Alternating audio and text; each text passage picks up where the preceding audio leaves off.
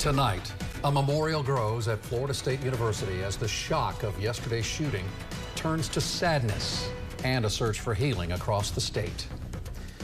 Good evening, I'm Keith Cate. I'm Jennifer Lee. Thank you for joining us. Well, tonight we have 8 on Your Side team coverage on this. News Channel 8's Jeff Patterson and Mackenzie Laporte are at FSU tonight. Stacy De Silva is getting Sheriff Grady Judd's perspective on keeping our schools safe. But we want to begin tonight with Jeff Patterson.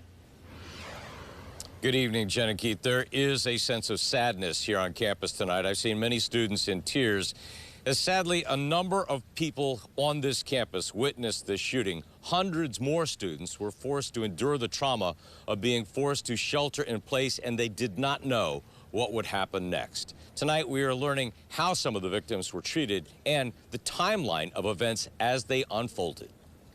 This is the memory many students will have of this mass shooting, seeing classmates run for cover as bullets were fired. I looked out the window and I saw people running and falling. Others saw campus police with very little protective gear running toward the gunfire, no doubt saving lives. I think it's also amazing. I was telling her when we were in the study rooms, I was like, this makes me have so much respect for all of law enforcement because I would not be feeling as safe as I am right now if I didn't know they were out. The suspect is identified as 20-year-old Phoenix Eichner, the stepson of a veteran Leon County Sheriff's deputy.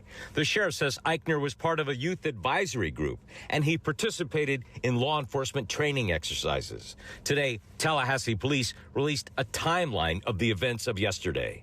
Police say the suspect arrived at an FSU parking garage around 11 a.m. and spent an hour moving in and out of his vehicle. At 11:51 a.m., he left the garage. At 11:56 a.m., the first shot is fired as Eichner walked in and out of buildings and green spaces on campus, firing a handgun. Multiple 911 calls came in. Police engaged the suspect. They say he refused to put down his weapon and they shot him. The suspect was taken to a local hospital but is expected to survive. Doctors at Tallahassee Memorial Hospital would not say if they treated the suspect, but they did treat others. We in total received 6 patients. All 6 were in stable condition upon arrival.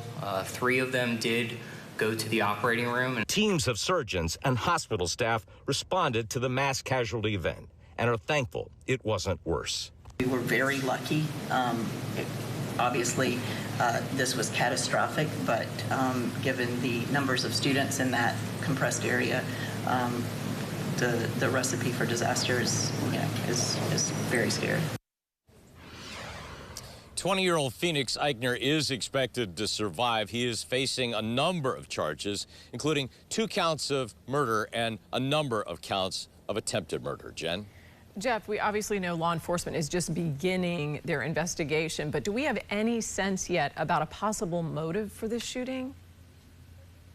Well, the police have not yet released any kind of motive for this, but we are just starting our investigation and reporting on this incident too. And just a short time ago, some court documents have been discovered that may shed a little bit of light on this. Phoenix Eichner faced a custody dispute. His natural mother had taken him to his home country of Norway. There was a court dispute about that, and some of the court records that we are just starting to review are showing us that he may have had some turmoil inside the home, but none of that has been talked about yet by law enforcement as any type of possible motive for this shooting. More to come on this for sure. Thank you, Jeff Patterson, live for us in Tallahassee tonight.